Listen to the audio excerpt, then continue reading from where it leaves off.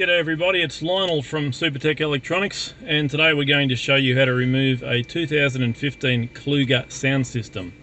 Tools you will need today is a plastic spudger and a 10mm socket. Alrighty, let's get started. And we're going to start by removing this whole section along here. It does curve around the corner.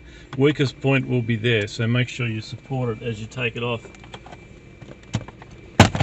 And it just comes out with clips. And as I say, this section up here is the weakest point, so just make sure you edge it out gently so as not to... There we go.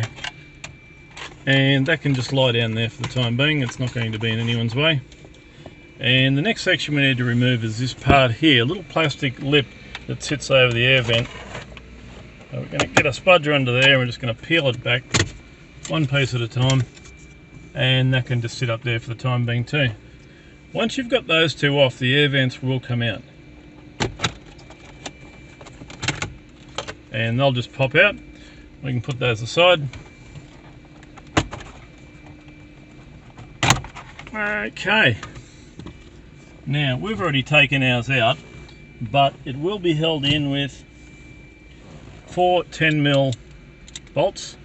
1, 2, 3, 4. And you'll need to take those out. Once you've taken those out, the whole stereo will come out. It will be held in with electrical connections. Now these guys are very easy to remove. All you do is press the middle pin and pull it towards the front of the car. You can't get them in the wrong place because they are keyed and they will only fit in one socket. And you can download our repair request form and send that off to Supertech Electronics for repair.